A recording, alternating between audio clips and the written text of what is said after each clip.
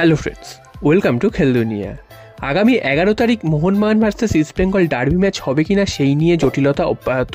তোমাদের গত দুদিন আগেই জানিয়েছিলাম যে মোহনবাগান এবং ইস্ট বেঙ্গল ম্যাচটা ডার্বি ম্যাচ, এই ম্যাচটা কিন্তু কোনো কারণে বাতিল হয়ে যেতে পারে বা স্থগিত হয়ে যেতে পারে।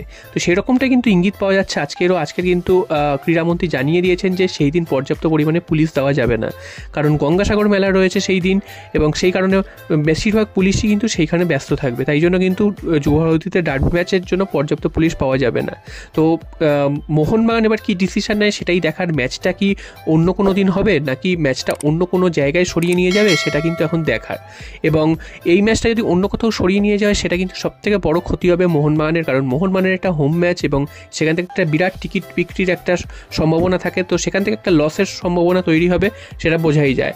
আর অন্যদিকে যদি নিয়ে চলেও যায় সেখানে দর্শকদের জন্যও কিন্তু খারাপ, কারণ দর্শকরা মাঠে বসে সেই ডার্বি ম্যাচের স্বাদ উপভোগ করতে পারবে না।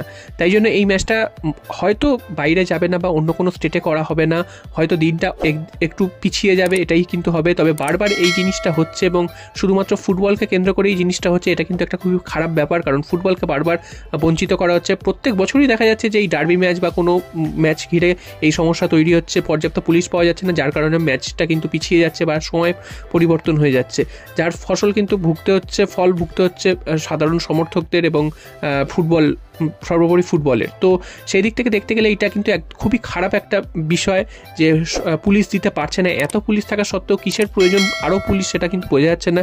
যাই হোক, পুলিশ যখন দিতে পারবে না সেক্ষেত্রে ম্যাচটা হয়তো স্থগিত হয়ে যাবে। মোহনবাগানের তরফ থেকে সেটা অফিসিয়ালি জানিয়ে দেওয়া হবে যে ম্যাচটা আদৌ কবে হবে এবং সেটা কি অন্য কোথাও সরে যাচ্ছে কি না। তো ম্যাচটা যে স্থগিত হতে চলেছে সেটা কিন্তু বোঝাই যাচ্ছে। এরপর চলে আসি মোহনবাগানের হায়দ্রাবাদ এফসি ম্যাচ নিয়ে খবর। তো ডার্বির আগে হায়দ্রাবাদ এফসির ম্যাচ রয়েছে মোহনবাগানের আগামী 2 তারিখ। এই ম্যাচটাও যথেষ্ট কঠিন হবে মোহনবাগানের জন্য, কারণ হায়দ্রাবাদ লিগ টেবিলের নিচের দিকে থাকলেও হায়দ্রাবাদের খেলা যদি তোমরা ফলো করে থাকো দেখবে যে হায়দ্রাবাদ প্রত্যেকটা দলকে যথেষ্ট বেগ দিচ্ছে। হয়তো তাদের এক্সপিরিয়েন্সের অভাবে তারা ম্যাচগুলো হেরে যায় বা তারা কিছু করতে পারে না, তবে তারা কিন্তু যথেষ্ট ভালো দৌড় হয় এবং বিভিন্ন রকম ক্রস করছে এবং গোল করার পরিস্থিতি তৈরি করছে। তো সেটাও কিন্তু মোহনবাগানের বিরুদ্ধে তারা কিন্তু জ্বলে ওঠার চেষ্টা করবে। যদিও প্রথম লিগে মোহনবাগান এই হায়দ্রাবাদকে 2-0 করে তাদের মাঠে হারিয়েছিল, এবার ঘরের মাঠে মোহনবাগানের খেলার পালে এবং প্রচুর পরিমাণ সমর্থক আসবে, কারণ ফ্রি টিকিট দেওয়া রয়েছে। তো সেই কারণে বোঝাই যাচ্ছে যে প্রচুর সমর্থক মোহনবাগান সমর্থন পাবে। তার বিরুদ্ধে হায়দ্রাবাদকে খেলতে হবে, তো হায়দ্রাবাদের জন্য এখানে খুব একটা সহজ হবে না, তবে তাদের কিন্তু হারানোর নেই, সে কারণে তারা কিন্তু একদম খোলা মনে খেলতে পারবে। তো সেই হায়দ্রাবাদকে হারানোর জন্য কিন্তু মোহনবাগানকে এখন থেকে প্রস্তুত নিতে হবে এবং হালকাভাবে নিলে হবে না। আগের দিন দেখা গেছে যে ইস্টবেঙ্গল হালকাভাবে নিয়েছিল, যার খেসারত কিন্তু ইস্টবেঙ্গল পয়েন্ট নষ্ট করেছে। কেউই কিন্তু ভাবেনি যে ইস্টবেঙ্গল এই ম্যাচ থেকে পয়েন্ট নষ্ট করতে পারে। তাই জন্য কিন্তু মোহনবাগানকে সতর্ক থাকতে হবে যেন কোনোভাবে এই ম্যাচ থেকে পয়েন্ট নষ্ট না হয়। আর মোহনবাগান এই মুহূর্তে যে পজিশনে রয়েছে এখান থেকে কিন্তু পয়েন্ট নষ্ট করা মানেই পেছন দিকের টিমরা মোহনবাগানকে ধরে ফেলবে। তো হায়দ্রাবাদের মতন নিচের দিকে দলের বিরুদ্ধে পয়েন্ট নষ্ট করা কিন্তু যাবে না মোহনবাগানের জন্য। তো এবার প্রশ্ন হচ্ছে মোহনবাগানের কোন কোন প্লেয়ার খেলতে পারবে না। তো তোমরা জানো যে দিমিত্রি পেটারস তিনি চোটের জন্য এই ম্যাচেও হয়তো থাকবেন না। এছাড়াও কিন্তু কাট সমস্যার জন্য আপুইয়া থাকবেন না।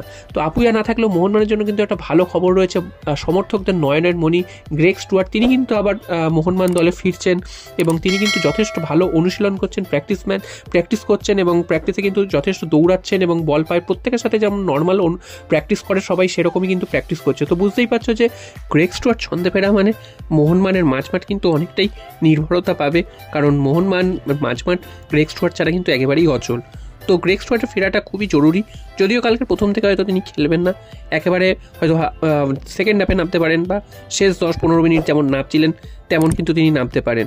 তো গ্রেগ স্টুয়ার্ট মাঠে ফিরছে, এটাই মোহনবাগানের জন্য একটা ভালো খবর এবং পরবর্তী ম্যাচগুলোতে গ্রেগ স্টুয়ার্ট যেন প্রথম থেকে খেলে সেটাই কিন্তু সমর্থকরা চাইবে এবং ম্যানেজমেন্টও কিন্তু সেই দিকেই চেষ্টা করছে। দিমিত্রি পেটারস মাঝমাঠে থাকবেন না, সেই জায়গায় যদি গ্রেগ স্টুয়ার্ট ফেরেন তাহলে কিন্তু মোহনবাগানের মাঝমাঠটা অনেকটাই ভালো সচল হবে এবং আপুইয়াও থাকবে না। তো সেই জায়গায় কিন্তু অনিরুদ্ধ থাপা বা দীপক টাংরিকে সেই জায়গাটার দায়িত্ব দেওয়া হতে পারে। তো সব মিলিয়ে গ্রেগ স্টুয়ার্ট ফিরছে, এটা মোহনবাগানের জন্য একটা ভালো খবর অবশ্যই।